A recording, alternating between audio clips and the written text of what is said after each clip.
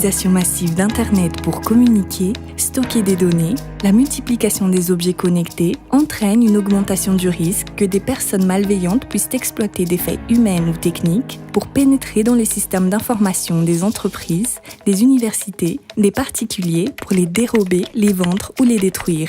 La cybersécurité, c'est pouvoir sécuriser les données informatisées. C'est pas uniquement, il faut tenir compte uniquement de l'aspect technique, mais surtout il faut prendre compte de l'aspect organisationnel, l'aspect humain et surtout l'aspect juridique. Dans la vie réelle, on a accès à beaucoup d'appareils informatiques.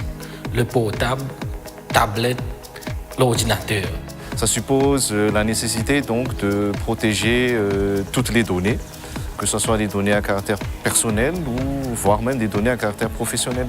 Face à cette menace, l'Agence universitaire de la francophonie en océan Indien a souhaité soutenir les établissements régionaux intéressés à renforcer les filières informatiques dans ce domaine. Toutes les différentes institutions partenaires à ce projet abordent certains aspects de la cybersécurité dans leur formation. Le projet CISOA a pour but de construire une offre complète destinée aux étudiants de licence en développant des briques d'enseignement cybersécurité en lien étroit avec les besoins des entreprises.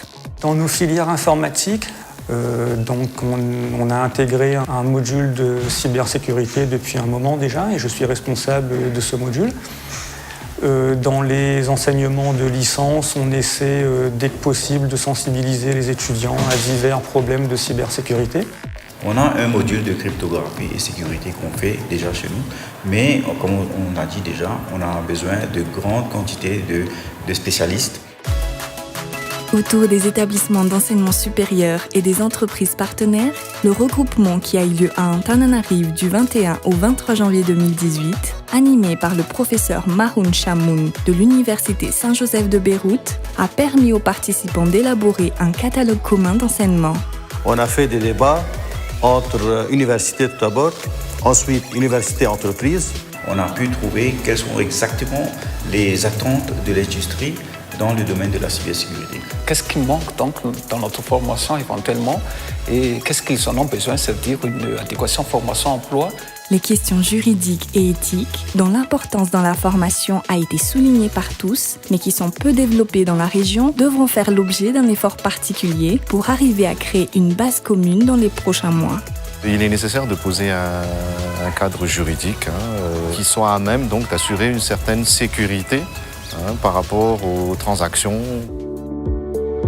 Face aux défis auxquels est confronté l'océan Indien et compte tenu de la volonté politique régionale, la cybersécurité est une des thématiques importantes en matière de formation, recherche pour les années à venir.